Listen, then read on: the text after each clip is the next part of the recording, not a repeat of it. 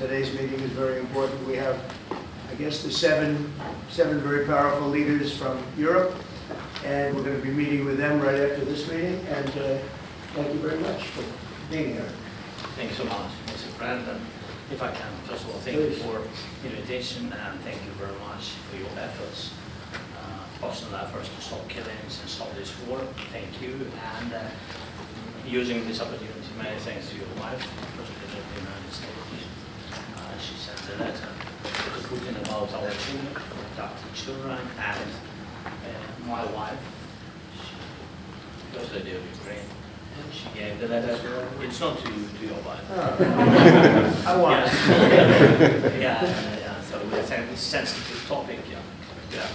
And thanks to our partners, and that you supported this format. And after our meeting, we can have leaders who are around us, UK, France, Germany, Finland, EU, NATO. I mean, all partners around Ukraine supporting us. Thanks to them. Thank you very much for the invitation. Thank you very much for being here. President, which is it? Yeah, I think that's true. I think we're going to have. Is this the end of the road for American support for Ukraine? Is today's meeting deal or no deal? I can never say that. It's never the end of the road. People are being killed, and we want to stop that. So I would not say it's the end of the road. No, I think we have a good chance of doing it. It's been almost 4 years now that a lot of people were killed last week. A lot of people last week. I mean, millions of people killed, but a lot of people last week for whatever reason. A big number, a lot of soldiers, on both sides. And I know the president, I know myself, and I believe Vladimir Putin wants to see it ended. And as you met with Putin on Friday, today you've got President Zelensky here. As you listen to Russia and Ukraine, which side has the better cards right Well, I now? don't want to say that. I'm just here to be. Look, this isn't my war. This is Joe Biden's war. He's the one that had a lot to do with this happening, and we want to get it ended. And we want it to end good for everybody. We want it to end good. The people of Ukraine have suffered incredibly. And to that point, First of all, we live under EJ attacks. That today has been a lot of attacks and a lot of wounded people, and the child was dead, small town, 1 year and a half. So we need to stop this war, to stop Russia, and we need support, American and European partners. And we will do our best for this. So, and I think we show that we are strong people, and we supported the idea of the United States, personally of President Trump, to stop this war, to make a diplomatic way of finishing this war, and we are ready for trilateral, as President said. This is a good signal about trilateral. I think this is very good. Thank you.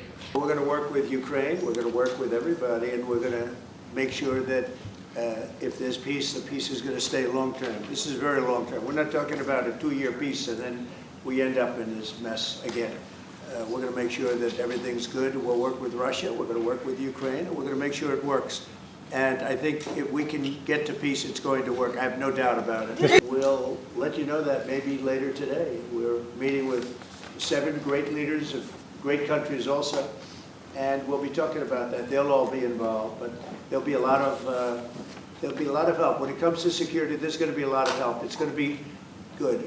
They are first line of defense because they're there. They're Europe, but we're going to help them out also. We'll be involved. Have you had an understanding what are the root causes of this war? The war is going to end.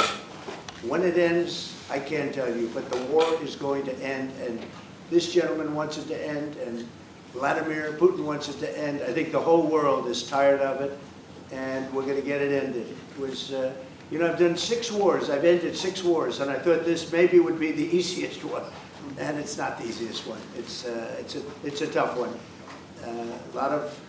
A lot of reasons for it, and they'll be talking about it for a long time, but they'll be talking about the others. Look, India, Pakistan, we're talking about the big places. When you look at, you just take a look at some of these wars. You go to Africa and take a look at that. Rwanda and the Congo, Republic of the Congo. That's been going on for 31 years.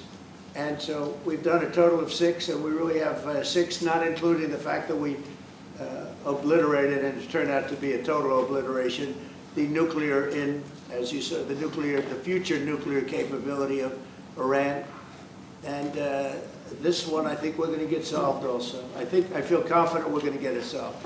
President Trump, do you think it's fair for Ukraine and for Russia to achieve a lasting and durable peace if Ukraine cedes its territories that Russia hasn't yet conquered? Do you think it's a fair peace for Ukraine? We're going to have a lasting peace. Just to answer the first part of your question, we're going to have a lasting peace. I hope it's going to be immediately. I hope it doesn't have to go on. And I think people of the whole world is going to be very happy when that's announced. So the First Lady felt very strongly. She's watched the same thing that you watch and that I watch. I see things that you don't get to see, and it's horrible. But when she's got a great love of children, she has a wonderful son that she loves, probably more than anybody, including me. I hate to say it, but she loves her son. She loves children, and she hates to see something like this happening. And that goes for other wars too. I mean, she sees the heartbreak, the parents, the funerals that you see on television. Always funerals. We want to see something other than funerals. No, she felt it was a beautiful letter. It was very well received by him. And she did ask me to say, you know, she would love to see this end. She would love to see it end. And she says it very openly, very proudly, and with great sorrow because so many people have been killed. Mr. President Zelensky, you look fabulous in that suit. I said the same thing. Yeah, you look good. I said the same thing. Yeah, looks good on you. That's the one that attacked you last time. Yeah. See, now he's I remember that. Yeah, I apologize to you. You look wonderful. No, my first question for you, President Zelensky. In the same suit.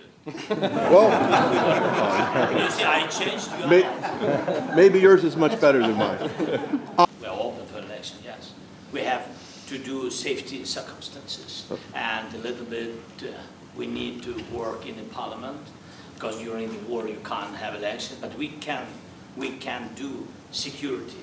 We need, maybe, how to say, we need a truth, yes, everywhere, the battlefield, in the sky, and the sea, yeah, to make possible for people to do democratic, open, legal elections. So you say during the war you can't have elections. So let me just say 3.5 years from now, so you mean if we happen to be in a war with somebody, no more elections? Oh, I wonder what the fake You like news this is. idea? Yeah. Well, No. speaking of news, I got a question for you. This sounds insane for me even to ask this, but do you think the American media really doesn't even want a peace deal because they've been so critical of you every step of the way as you lead the charge for peace? It's an amazing phenomenon. I said that if in the settlement you got Moscow, St. Petersburg, and thousands of miles around them, they would say, I made a bad deal. The level of hatred and animosity is incredible. Not with all. I mean, we have great people up here. We also have terrible people up there that I think are told what to say. But, you know, in solving all of these wars, they don't even write about it. You know, I saw major wars. I saw wars that have been going on for 31, 35, and 37, and a couple of quicker ones. One that was going to go into a full-blown deal very quickly. You know what the one I'm talking about. It was a big one. But they don't even write about that. No matter what I do, no matter what, and you know, this is not anything to do with you. It's probably to your advantage in a certain way. But no matter what I do, no matter what deal I make, from my standpoint, you'll come out good. Maybe President Putin will come out good. But they'll say, Trump was absolutely horrible. It's just that, and I've lived with that for a long time. I've lived with it since just before the first election. I used to get great publicity. Now I get the worst publicity anyone's ever gotten in office, but I won in a landslide so that people understand. They're the only ones that count, ultimately. But I've also had great reporters. I've had journalists that are very good. But it's very sad when you do the right thing. As an example, they said, because of the fact that Vladimir Putin came to American soil, this was a tremendous defeat for Donald Trump. No, it was really wonderful that he did it. It was a hard thing for him to do, to be honest with you.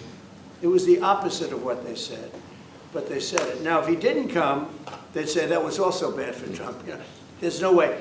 And there's just a great dishonesty of the press, and I think that's why it's lost its credibility. You know, its credibility is at an all-time low. We have a thing going on right now in D.C.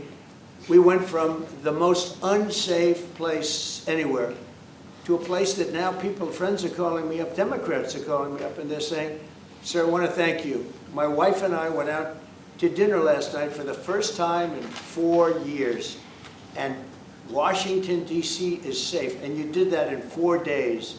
I'll tell you, it's safe. I had another friend of mine, he has a son who's a great golfer, he's on tour, and he came in 4th yesterday in the big tournament where Scotty Scheffler made the great shot, and he said his son is going to dinner in Washington, D.C. tonight. I said, would you have allowed that to happen a year ago? He said, no way, no way. He said, what you've done is incredible. And I think the people realize it. But the press says, he's a dictator, he's trying to take over. No, all I want is security for our people. But people that haven't gone out to dinner in Washington, D.C. in 2 years are going out to dinner. And the restaurants the last 2 days were busier than they've been in a long time. Thank you, Mr. President. Last week you warned of what you called severe consequences if a 30-day ceasefire or any type of ceasefire were not agreed to by Russia. Will there be severe consequences? Does that change because of your meeting with President Putin? I don't think you need a ceasefire. You know, if you look at the 6 deals that I settled this year, they were all at war. I didn't do any ceasefires. And I know that it might be good to have, but I can also understand strategically why, well, you know, one country or the other wouldn't want it. You have a ceasefire and they rebuild and rebuild and rebuild, and, you know, maybe they don't want that. But if you look at the 6 deals that we made peace and you know, long-term, long-running wars, I didn't do any ceasefires. Would I like the concept. You know, I like the concept of a ceasefire for one reason, because you'd stop killing people immediately, as opposed to in 2 weeks or 1 week or whatever it takes. But we can work a deal where we're working on a peace deal while they're fighting. They have to fight. I wish they could stop. I'd like them to stop. But strategically, that could be a disadvantage for one side or the other. But all of these deals I made without even the mention of the words ceasefire. But stop short of pushing for their full membership. Yeah, well, but we will give them very good protection, very good security. That's part of it. And the people that are waiting for us, they are, I think they're very like-minded. They want to help out. Hundreds of billions of dollars to this war, and the killing continues. So President Trump. And we're not giving anything now. We're selling weapons. This is something before, I guess the number's well over $300 billion. That was under Joe Biden, a corrupt politician, not a smart man, never was. By the way, go back 40 years, he was not a smart man 40 years ago either. But now he's in particular bad. This was done by a corrupt administration that shouldn't have been in, and frankly, if the right results of the election were given, if I were president, this war would have never taken place, and he would have been very happy, because he would have liked to have seen. I mean, they went through hell. He went through hell. This war would have never happened, and the people that were killed, a couple of million people, a lot of people with soldiers and everything else, and the people that have been displaced and forced into other areas and other countries because of what's happened, none of that would have happened. And I'm just saying that he was a horrible president, whether it was the borders or this. He was just a horrible, corrupt president. I can't think so much. So first of all, we have possibility now to buy weapons from the United States. We are thankful for this program and this opportunity. We are thankful for Europe. They pay for this. And through NATO program for Pearl and etc. We have some programs where we can have some money to finance this. And this is a part, I think, it's not a part for the war and to defend us. It also will be a part for security guarantees, to strengthen our army, to rearm Ukrainian army. This is very, very important. And it depends how much money we need to rearm. For example, the question of air defense, we spoke about it with President Trump, and I'm happy that we have now bilateral decisions and we work on it with production, American production. Nobody in Europe has so many air defense like Patriots, for example. We need it very much, and this is also about defending.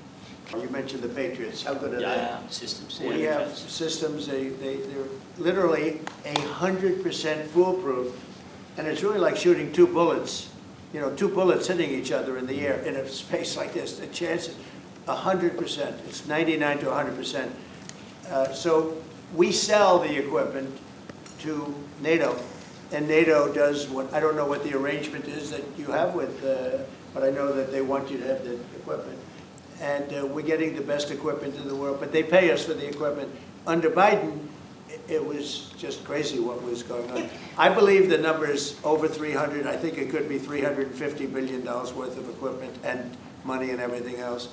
And we've made more progress in settling this war in the last 2 months than they made in 4 years. This should have been settled a long time ago, but it should have never happened. Yeah, machines, I mean, they say we're going to have the results in 2 weeks. With paper ballots, you have the results that night. Important. Paper ballots, and I think maybe even more important, the mail-in voting. We're going to end mail-in voting because they love crime. They're fighting me on the fact that I've made Washington, D.C. safe. As you know what happens in California, it's so corrupt, where some people get 5, 6, 7. Democrats want it because they have horrible policy. If you have mail-in voting, you're not going to have many Democrats. You need borders, and you need free and fair elections. Those two things. President Zelensky, what security guarantees do you need from President Trump? Everything.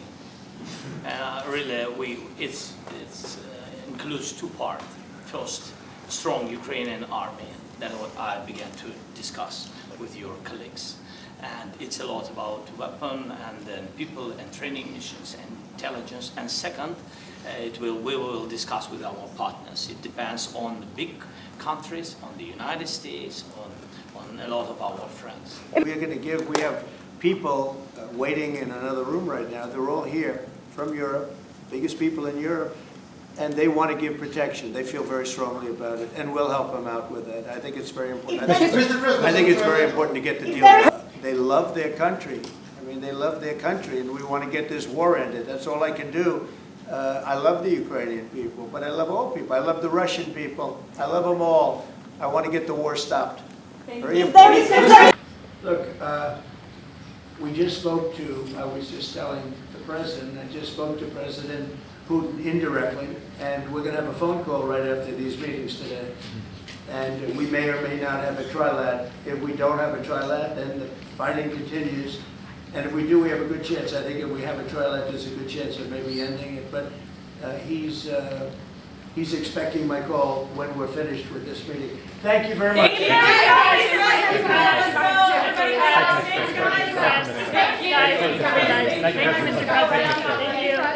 Пане президенте, як налаштовані? Пане президенте.